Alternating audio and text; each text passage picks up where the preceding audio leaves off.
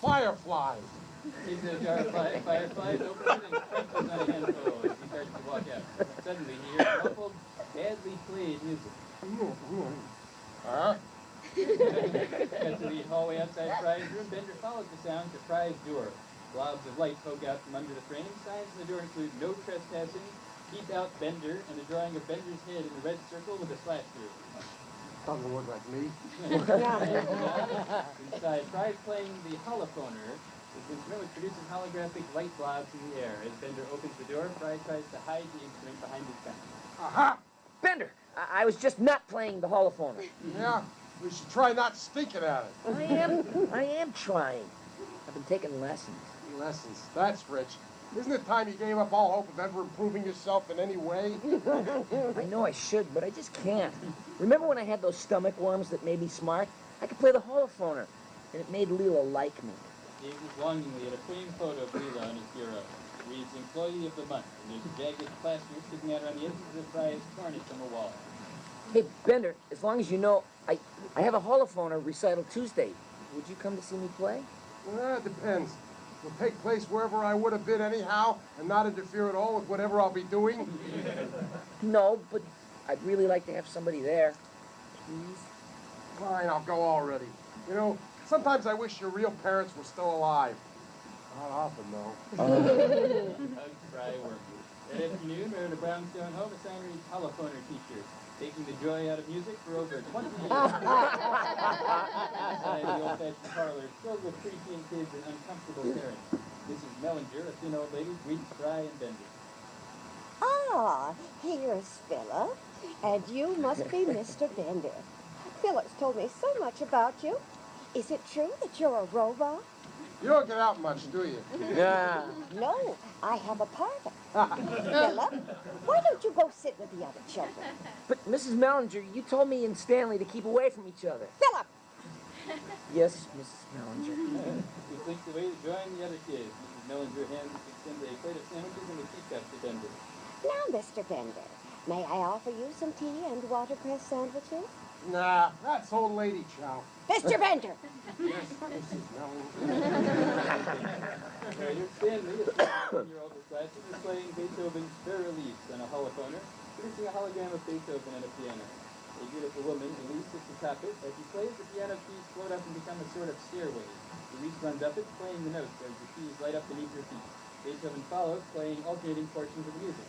After a couple beats of this, a barrel comes bouncing down the stairs, and they both leap over it, causing a 100 score to light up the audience. They are all moved to applause, even Bender.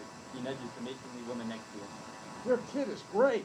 How hard did you say you had to hit him?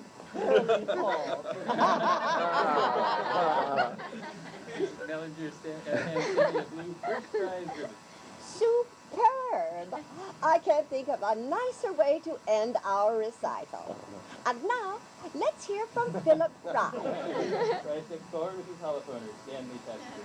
Good luck, French fry. Oh, very mature, Stanley. He places his My First holophoner book on a low stand, then sits scrunched in a tiny wooden chair. The Grumpy Snail.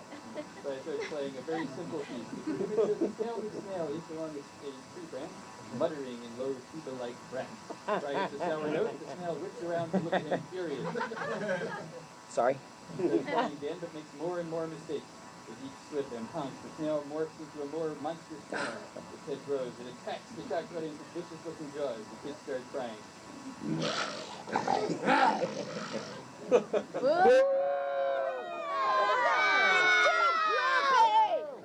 The audience tosses crumpled programs at Fry. Whoa! Hey! Flying to a discordant halt, Bender stands by himself on the floor. Magnificent! I can feel that snail's rage. His story is my story. And approaches Fry, shaking her head in despair. Philip. I'm afraid you have what musicians call stupid fingers. If you will not practice to make up for them, then... Mr. Bender, I simply cannot teach your child. Then good day, madam. Bender exits in a huff and pokes his head back in. We hope to see you soon for tea. Katey is finally pressed in the lounge. At the table with Bender, Fry looks at his telephone. It's hopeless. I'll never be any good at this space kazoo. Well, look on the bright side. I'm still Bender. I can hear all this great music in my head, but my stupid hands can't keep up. Music in your head, huh? I get police band in mine. Bender cocks his head to listen. All units, all units. Liquor store. Oh, that reminds me. Here's your ski mask. Bender starts at the steps as Leela enters with a clipboard. Fry hides the holophoner in his lap. Hey guys, you missed a great delivery to Space Earth. Where you been all afternoon? At a concert. Really? What kind of music? It wasn't really music, more like freeform gibberish. Oh, I love jazz. My ex-boyfriend Sean played the sax. I used to listen for hours while he sat naked on my couch and improvised. You must really like musicians, huh? Yeah, it's weird. Sean was uneducated, unambitious. He was pasty and hunched. Pretty boy. But when he played, I could sense this incredible, beautiful, creative soul. Then one day I found someone else's couch fibers on his butt. He found that the egg is smothered angrily with the holophoner. That could be my beautiful soul sitting naked on her couch. If I could just learn to play this stupid thing. Oh, but you can. So you may have to metaphorically make a deal with the devil. And by devil, I mean robot devil. And by metaphorically, I mean get your coat. We cut to Robot Hell. The robot devil is rehearsing Welcome to Robot Hell on the violin with the healing band.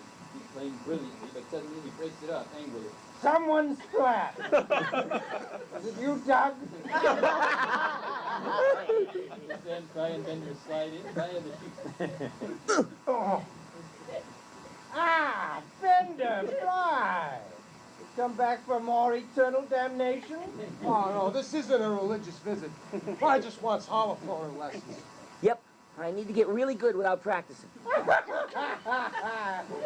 he's full of 10-year-olds who want exactly the same thing. The trouble is, you have what my old music teacher, Mrs. Mellinger, called stupid fingers. With a hand like that, you'd be lucky to master a belt buckle, much less a holophoner. Sadly jerks his pants. Now, wouldn't it be nice if you had a pair of robot hands to replace them? Sure would. Oh well. Goodbye. Why, you idiot? He's willing to make some kind of deal with the devil with you. Oh, that's great. Wait, what's the catch? No catch. Merely pick a robot at random from somewhere in the universe, probably one you've never even met. He produces a Wheel of Fortune labeled Wheel of Robots with millions of robots' names on it. Yes, millions. And then I remove his hands and switch them with yours. It's just the sort of guy I am. What do you say? I don't know. It doesn't seem entirely moral. Right, if you don't take this offer right now, I'll lose all respect for you and punch you. The robot devil puts his hand temptingly on the wheel, right next to the name Bender. Well, all right. You sure I probably won't know him? Definitely, probably not. Just sign this contract. So extends a paper and pen. Don't I have to sign it in blood? Well, the pen is full of scary red ink. That's close enough.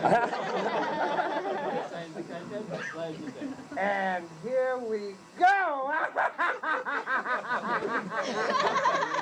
Fry looks worried. Bender cheers the wheel as it starts to slow down. Come on, rectal exam bot. Let me see rectal exam bot. Oh. As it winds down, Bender's name comes closer and closer. Tense music plays. And it goes right past Bender and stops on Robot Devil. Sting. Robot devil? I get your hands? Sam! Oh, what an appalling, ironic outcome. It's not ironic. It's merely coincidental. Now, fork over those lady fingers, Cookie. Look Weaver to Fry's hand, then stops. You know, I only put my name on there as a show of good faith for the other robot. Stop being such a baby and chop my hands off. Oh, very well. In a blinding flurry, the Robot Devil uses his own hands to surgically switch themselves for Fry. How'd you do that? They're very good hands. Fry lifts his new hands and licks them gleefully. At last! At last I have the power to make Leela love me. The hands involuntarily leap to Fry's throat and start strangling him. Oh, I'm sorry. That'll wear off in a couple of days. Like Act 2, back to Planet Tress in the conference room. Bender, Leela, Hermes, Amy, Zoidberg, and the professor are watching Fry. These new hands are great. They're letting me unleash my full potential. You see he's making balloon animals at super speed. The professor examines one. Indeed. Perfect in form and function. These balloon animals are the work of the devil, all right. Bravo, Fry. So what other evil can those hands do? Well, let's see. Trusts the Bender and begins to take him apart in a blur.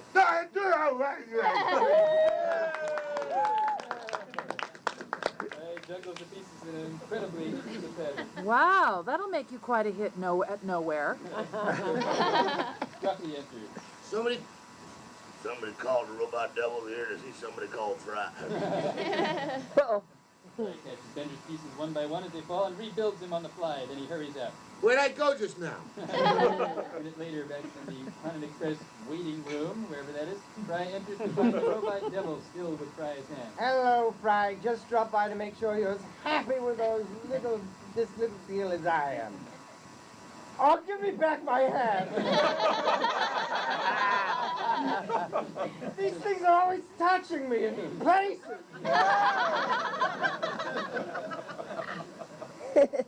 yeah, they get around. But I'm afraid we had a deal. And if we don't stand by our word, then what are we? Well, I'm the robotic Prince of Darkness, and you're some sort of moron. It looks like I wasted a bus trip. Yes, you did. Night at the robot arm department, Fry starts playing the holophoner, the grumpy snail, but now plays with conflict. He dexterous hand, it grows more complex. Brings you the image of the snail form and moves elegantly. See a montage of Fry's meteoric rise, the holophoner started. First he's playing for Mrs. Mellinger, producing an image of a snail joining Beethoven and Maurice on the floating piano key staircase. To jump over the barrels, the grumpy snail tune segues into Berenice. Beethoven decides to jump Elise and dances with the snail. Hit by a barrel. Mrs. Mellinger turns to Stephen, snatches his first prize ribbon and gives it to Fry. As he keeps playing, we follow the snail and Beethoven dances. We then go outside the apartment building where we see holographic images wafting out of Fry's window as Ride of the Valkyries plays. Numerous snails with wings swoop and fly in time to the music. Crowds gather below on the street and traffic stops as people look up in awe. Among them is Bubblegum Tate nodding as if entranced as the basketball spins on his fingers. Right on, Valkyries, right on. Music segues into Ravel's Bolero, coming from a concert hall with a large sign that reads Cover Carnegie Hall. Because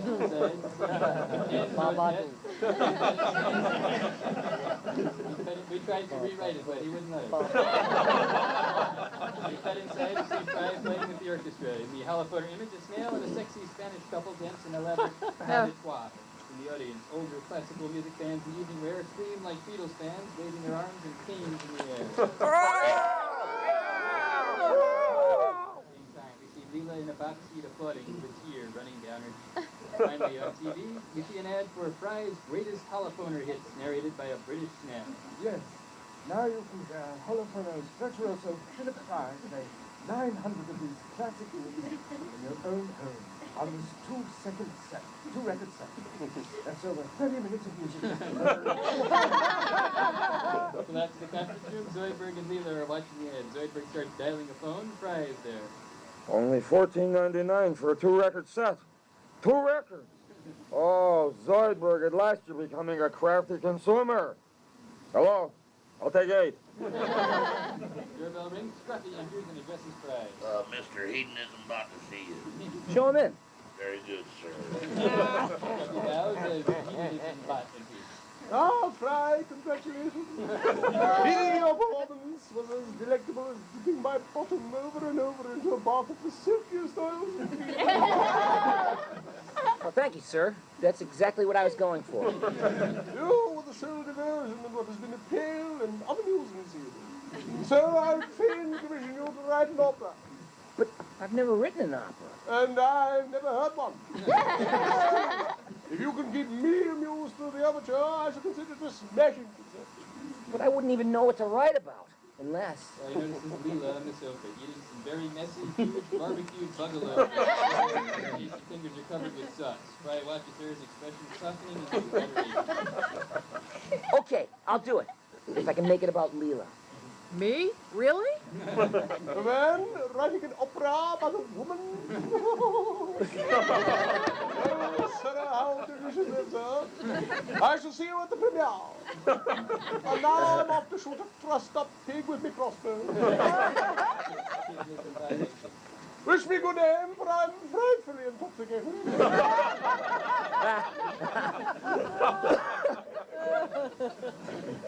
There's a nice later in the hangar. Leela's working on the ship when she hears a holophone playing a jazzy, lone sax melody. She looks up, curious. Later, she crosses the guard room toward the balcony door where the music is coming from. Black and white holophone images flicker under the door. Out on the balcony, Leela opens the door to find Fry seated there, facing out over the sea, playing music that produces a minimalist, abstract black and white rendition of a couple dancing. She listens captivated. Fry stops and writes something on music. Is it part of the opera? Leela, you shouldn't be listening. I don't want you to hear it till it's done. But it's so beautiful. Well, so's a peacock, but you don't eat it until it's cooked. This has to be perfect. I want you to hear exactly what I hear when I think about you. Oh, Fry. All this time you've had this incredible gift and I never knew. I've been a fool. A fully justified prudent fool. Leela, I feel I should give you fair warning. After the premiere, I'm planning on asking you out. You know, on a real date. What do you mean, a real date? Well, you know, like seeing a movie where you're supposed to care if the people die. and after that, a kiss goodnight. That sounds nice. Leela looks into Fry's eyes and takes his hand. Then she recoils and looks at them. They're so cold. And yet hell is so hot. Can I have my hands back now? No! Well, paint me if you change your mind. Next day in the kitchen, Bender strolls in and opens the refrigerator. Hello! The devil pounces out. Ah, Bender, this is a surprise. For you! Finding me in the refrigerator. True, but at least I don't have the hiccups anymore. What up? Well, it so happens I'm in the mood to make a deal with you. Forget it. Really? There's nothing you want? I forgot you could tell me what the things I want. Well, I suppose I've always wondered what it would be like to be more annoying. Nothing simpler. And all I ask in return is your hand. Horrified, Bender looks at his hand. Grabby and squeezy? Never. I love these guys. Besides, they know too much. Oh. Well, is there anything else you would part with? Nope, nothing. Ain't gonna happen. Cut to later, the robot devil finishes installing an aerosol air horn speaker on Bender's face where his nose would be. Yes! With this built-in air horn, I can really annoy people. And all it cost me was my crotch plate. With open chest, bends over as if mooning the devil and waves at him through the hole at the bottom of his body. You certainly are a shrewd businessman, Bender. The devil tosses Bender's crotch plate in a trash can. Now find someone and give them a good blast. Yeah, that'll teach the first person I see a lesson. Ah, my ridiculously circuitous plan is 1 quarter complete.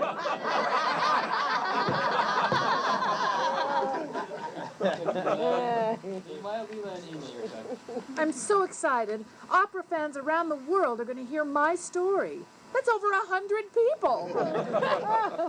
Gosh, I wish Kip would write me an opera. One time he wrote me a ballad on his ukulele, but it never made it higher than number 74. Well, the premiere's tomorrow night. I'm off to find a pair of formal gloves that'll fit over my enormous forearms. She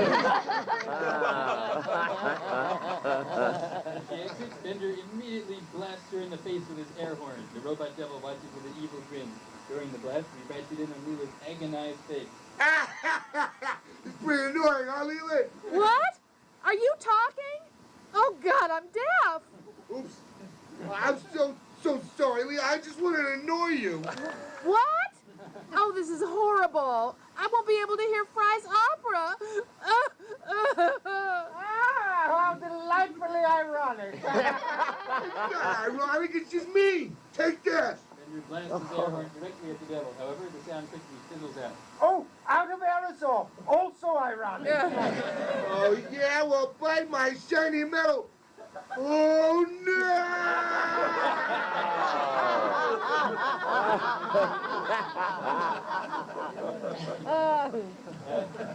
I will note in advance that most of this third act is an opera, which the music has not been composed yet, so Grant, our fine cast, a lot of slack there. At an opera house under an IHOP-style sign reading Metropolitan House of Opera, the marquee reads Grand Premiere, Leela, Orphan of the Stars. People in evening wear flock in, including the Canada Express too.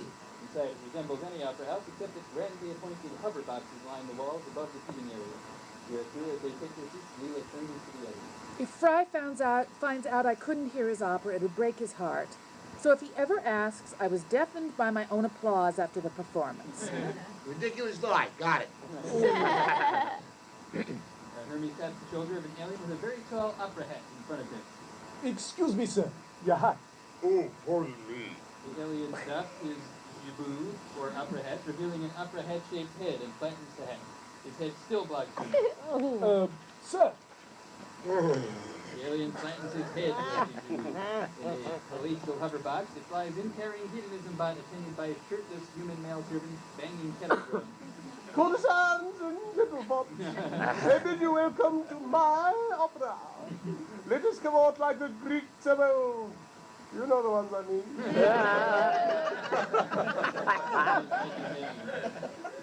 Who's that gigantic robot fruit? What? Don't you recognize hedonism, bot? Your tax dollars went to build him. Quit your jibber-jabber. It's starting. I need my opera glasses. The professor produces a stick, inserts the glasses on his face, and uses them like on stage. In the pit, the orchestra finishes tuning up. Fry enters from the wings with his telephoner to light applause. I watch TV with that guy. Fry bows, sits, and starts playing as the curtain rises to reveal a bare stage. The holophoner produces an orphanage set. Human singers then enter. An orphan chorus watches as the opera warden discovers opera baby Leela in a basket on the doorstep. Who is this one-eyed female baby Moses, with courage in her female baby smile? A savior from a distant world, or something stranger still, or just a lonely, filthy, starving child. A lonely, filthy, starving, perfect child. And like everyone else, and sticks. Leela frantically nudges Hermes puzzled. What's going on? Who's that one-eyed orphan? Is it any good? Quiet! Can't you see I'm spellbound? Fry is scanning the audience. Turns to Amy. Amy, Fry's looking at me. What am I supposed to be feeling? He looks through a box of emotion flashcards and shows one to Leela. It depicts the hard hat guy from the pilot looking weepy. Leela quickly turns to the stage and tries badly to look weepy. Fry smiles at her. It is off to later on an asteroid set. Opera Leela is pointing a ray gun at Godzilla, who is punching Opera Fry. Opera Bender, a man in a bad robot costume, cowers. Leela, Leela, save him, save Fry. Godzilla will devour him. Now I'm afraid I must be off to have my doctor check this cop. Goodbye. Bender runs for the exit, but Godzilla blocks it with a menacing move. I don't recall ever fighting Godzilla, but that'll show what I would have done. To the tune of Bohemian Rhapsody, Leela demands Fry back. Godzilla! No, I will not let him go. Let him go. Godzilla! Let me go. I will not let him go. Let me go. Never let him go. Let him go! Never let him go. Go, go, go! No. Oh, mamma mia, let me go. Wilson, Morbo, Mom, Morgan Proctor, Cat Anderson, and Judge Whitey are on the edge of their seats, clutching handkerchiefs and just gesturing excitedly. Oh, I can't take it. Everyone here is admiring me, and I have no idea why. Amy holds another card up that shows the hard hat guy making a gesture. Quickly sits back in her seat. On stage, the opera crew are on the bridge of their ship. I had a dream that I would find my parents on a ship. Three. First in with Tommy guns drawn. We are the robot mafia. The entire robot mafia. We're hijacking your ship. Opera Fry, Opera Leela, and Opera Bender take on exaggerated, scared expressions as the final chords are met by thunderous applause. Fry plays the word intermission. Head to the lobby, the crowd mills around. Keaton Isambard approaches the bartender. Wine! I demand wine. Red or white? Whichever will just streaming down my... He sees Skinny Tim hawking newspapers. He reads the headline. Extra, extra, world's greatest opera, only half over. Half over? Oh, I'd give anything to hear the rest. Courtroom door pops open to reveal the robot devil. Anything? Victor walks up and hands the devil a white overcoat. Oh, thank you, sir. Victor a claim check. Victor walks away. The devil stuffs the coat inside his chest. Now, as I was saying, anything? Because I can give you new robotic ears. He points to himself, to her, and to his ears. What? You want me to jump on your head? Oh, you can give me new ears? Wait. What seemingly reasonable thing do you want in return? Just your hand, my dear. Oh, that doesn't seem seemingly reasonable, no. All right, then just one hand. He gestures one, then holds up her left hand. Just my left hand? Oh. Leela looks uncertain. You hear an usher. Please take your seats for Act 2. But I'm not done vomiting. Starts screaming back into the auditorium. I can't stand it. Okay, you can have my hand. Wonderful. Just sign here. This is the contract. Leela signs it. Calculon happens by, and the robot devil pulls him aside. Calculon, old friend. I'm afraid I need your ear. Well, I do owe you one for giving me this unholy acting talent. The devil removes Calculon's cockeyed ear antennae and installs them on Leela in a blur. Inside, we hear music starting. I can hear great. Stomach's rumbling, nose is picking, beard's growing. Hey, aren't you going to take my hand? In good time. You go enjoy the opera. Leela looks suspicious, but the pull of the music is too strong. She runs into the auditorium. A minute later, she slips into her seat on stage. Fry's holophoner is generating a robot hell set complete with the wheel of robots. Opera Fry confronts the buffoonist opera robot devil. He gestures to a heavenly image of Leela floating overhead. To win my Leela's heart with the holophoner's art, I need hands of transcendental quickness. Well, I don't see any danger in gambling with a stranger, for my head is of a most amazing thickness. The wheel is an exaggerated gesture that makes him lose his balance. He falls and lands on his butt.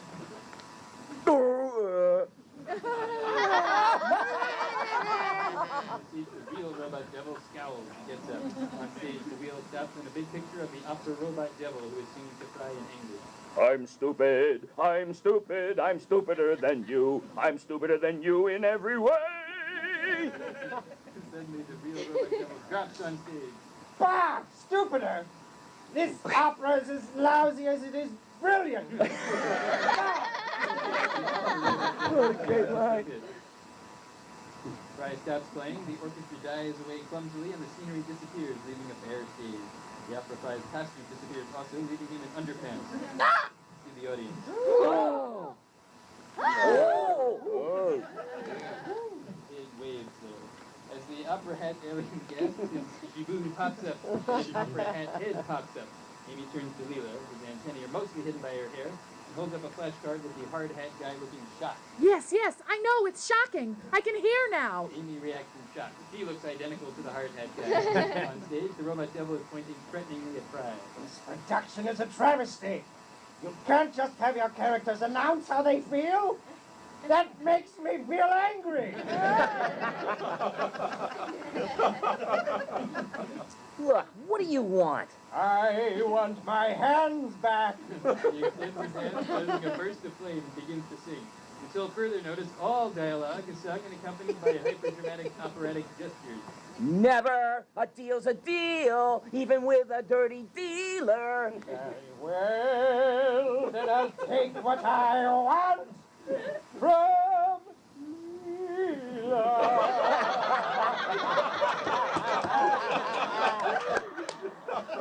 He reaches into the audience, pulls Leela on stage, and holds up her left hand. has promised me her hand. Oh, Fry, you do not understand. Leela steps forward for her aria. I should have revealed I'd been deafened by Bender. The shame, but I feared you'd stop writing this musical splendor. To conceal is the curse of my whimsical gender. He gave me mechanical ears, effective if just a bit garish. In return, I agreed with shedding a tear that I'd give him my hand. In marriage, you'll give me your hand. In marriage.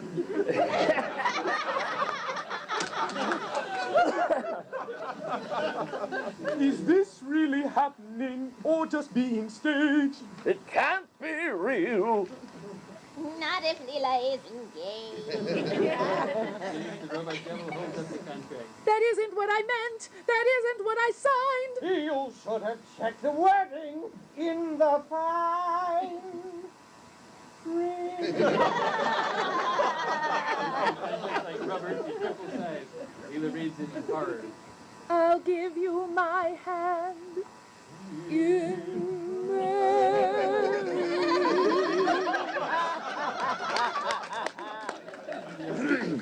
Wow. In the dictionary, he sings. The use of words expressing something other than their literal intention. Now that is irony. Yes, I thought you did. Robot devil reaches the audience and drags Creaturebot on stage. I will marry her now and confine her to hell. How droll, how droll. Where Styx is a river and not just a band. Though they'll play at our reception if all goes as planned. Unless you surrender my hands. On stage, Fry steps away for his area. He looks at his hands, torn with emotion. Destiny has cheated me by forcing me to decide upon the woman that I idolize or the hands of an automaton. Without these hands, I can't complete the opera that was captivating her. But if I keep them and she marries him, then he probably won't want me dating her. Bravo! Bravo, Anka! Professor Ned Zoidbergen sings. Oh, I can't believe the devil is so unforgiving. I can't believe that everybody's just ad-libbing. Ding, ding. Fry turns back to see Leela in the robot devil's clutches. By the power vested in me by the state of New York. No, stop! Take my hands, you evil metal dork!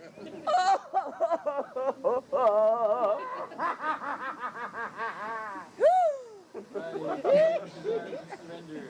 The robot devil produces a cleaver. Leela turns away in horror. He chops the robot hands off Fry's arm just as the music hits its climactic final chord. Nope. No more singing.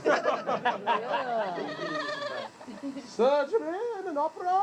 How wonderfully decadent. And just as I was beginning to lose interest, Dummy, the chocolate icing. And it starts to spread icing on it.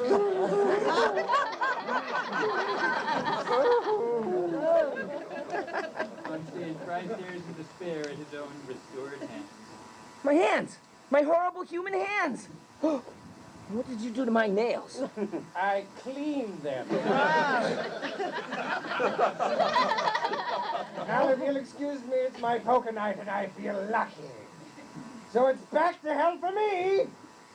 Come on, Nixon. Bow and exits in a burst of flame.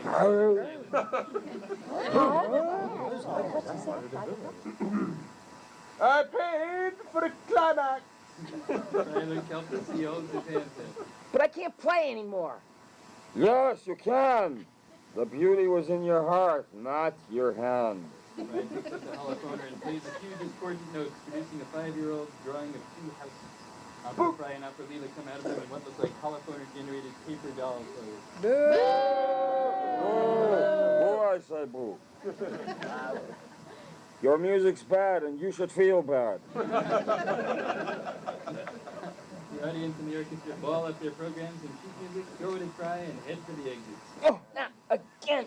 Oh, hey, come on, hey. Outside, the crowd streams out past Kenny Tim, who's hawking another headline. Extra! Extra! Greatest opera of all time sucks! Ooh.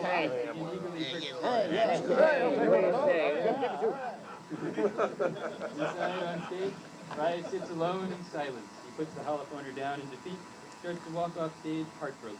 His dragging footsteps echo in the empty hall. Don't go, Fry. Fry turns to look out at the audience. Point of view, Leela is the only one left. She smiles encouragingly. I want to hear how it ends. Fry smiles back at her. Sits down again and starts playing. In the holophoner image, crude but recognizable, Fry and Leela meet, kiss, and walk off together. Oh, man.